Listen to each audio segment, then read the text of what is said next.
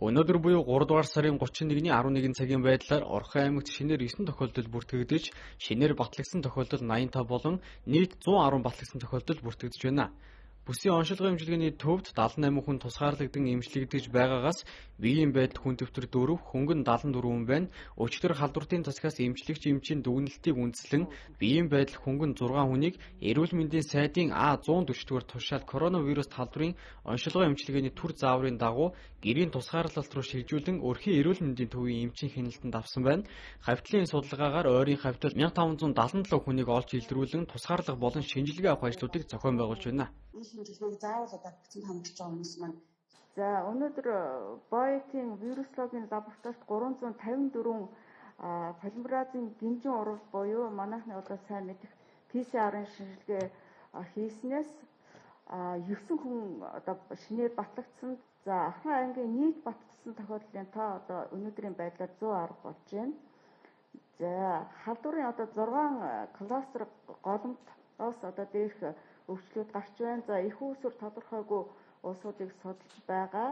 За Баян өндөр сумын нутагт 16 одоо багуудаар тийм ээ. Булган аймгийн Сэлэг сумын харьяат 2 иргэн байна. За шинээр батлагдсан 85 тохиолдлын 10 хүүхэд 75 том хүн байна.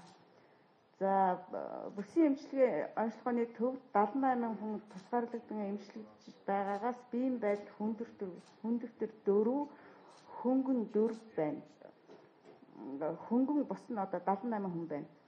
За Боетийн 78 хүн за энийг хэлсэн. Өчигдөр халдвартын засгаас эмчлэгч эмчийн дүгнэлтийг үндэслэн биеийн байдал хөнгөн 6 хүнийг эрүүл мэндийн сайдын А140 тушаалаар коронавирус халдварын оншилгоо эмчилгээний түр зааврын дагуу гэрийн тусгаарлалтанд шилжүүлж өрхийн эмчийн хяналтанд авсан байна. За одоогоор сая 11 цагийн байдлаар гарсан 9 тохиолдлыг тусгаарлах их уурхайгийн судлах үйл ажиллагаа явагдаж байна. За нийтдээ хавьтлын судалгаагаар ойрын хавьтал 1083, дам хавьтал 1577 хүнийг олж илрүүлэн тусгаарлах болон шинжилгээ авах ажлуудыг зохион байгуулж байна.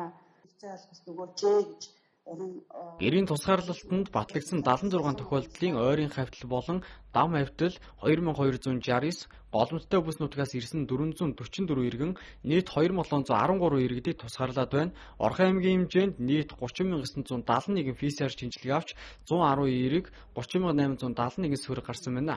3 дугаар сарын 30-ны өдрийн хариу арга хэмжээ судалгаа хийх, сорьц авах, тусгаарлах, тандал төлөвлөлт, шуурхай штабт 235 эмч эмнэлгийн мэргэжилтэнгүүд ажилласан байна.